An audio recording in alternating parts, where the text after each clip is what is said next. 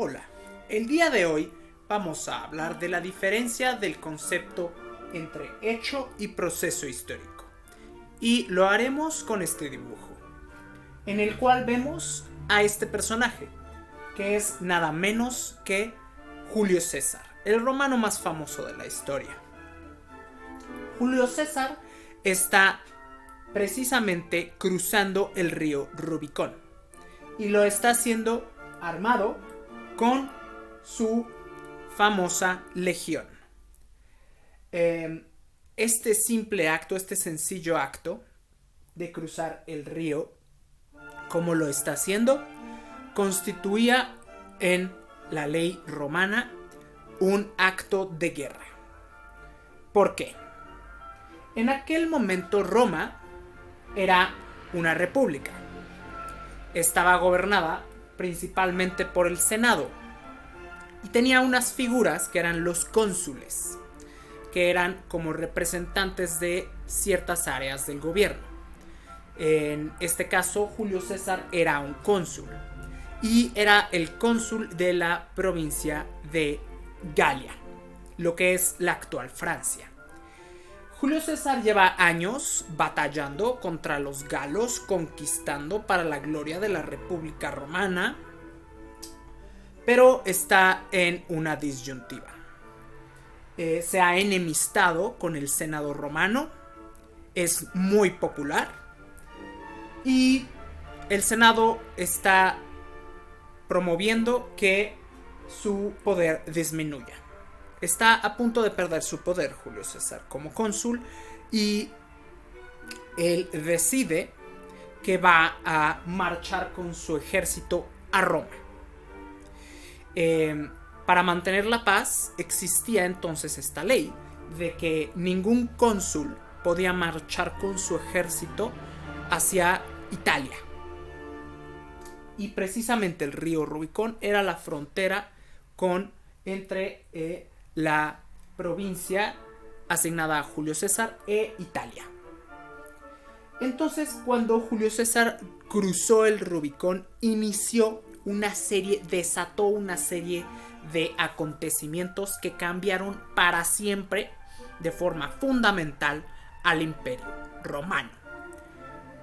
Esto era de conocimiento de Julio César, y cuando cruzó el río, pronunció las palabras Alea iacta est. La suerte está echada. Esto lo hizo en el año 49 a.C.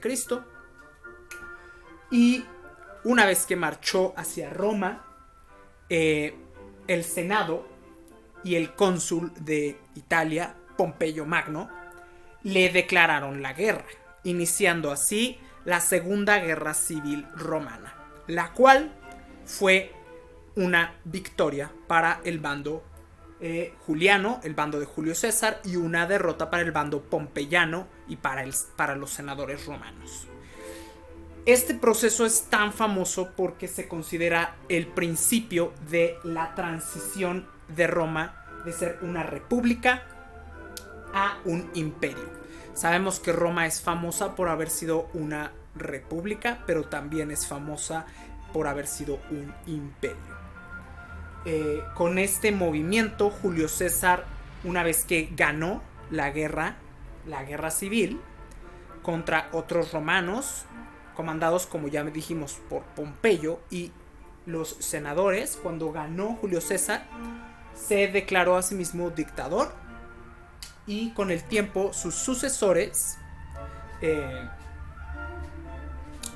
decretaron el Imperio Romano. Se fue construyendo el Imperio Romano con este movimiento, de acuerdo a muchos historiadores. ¿A qué viene el ejemplo para hablar de la diferencia entre un hecho y un proceso histórico? La transformación de Roma de un imperio en una república fue de muchos años. No podemos detallarlo punto por punto en breve.